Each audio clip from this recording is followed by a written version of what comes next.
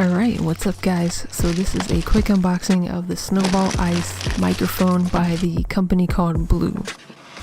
Now this is a USB condenser mic.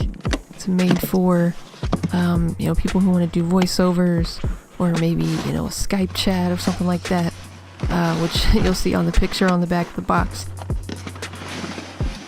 But it's a pretty cool mic. So inside you're going to get the desktop mic stand. You're going to get the manual, which you might want to look through. Good information in there, and the USB cord.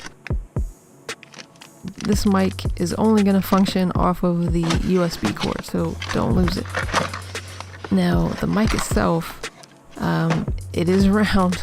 I guess that's why they call it the Snowball mic, but you're definitely going to want to put this on some kind of stand, because it will for sure roll off of your desk, and that's going to be embarrassing.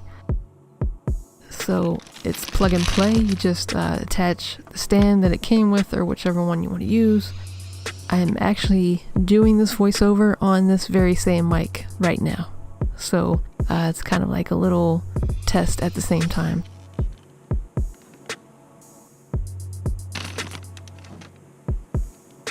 You're going to plug the USB cord into the back of the mic and then plug it into your computer.